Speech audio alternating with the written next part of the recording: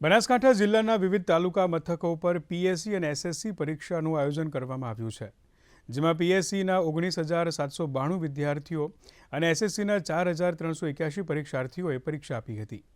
ઉલ્લેખનીય છે કે ગુજરાત રાજ્ય પરીક્ષા બોર્ડ દ્વારા એસએસસી અને પીએસસી વિદ્યાર્થીઓ માટે સ્કોલરશિપ પરીક્ષાનું આયોજન કરવામાં આવ્યું છે.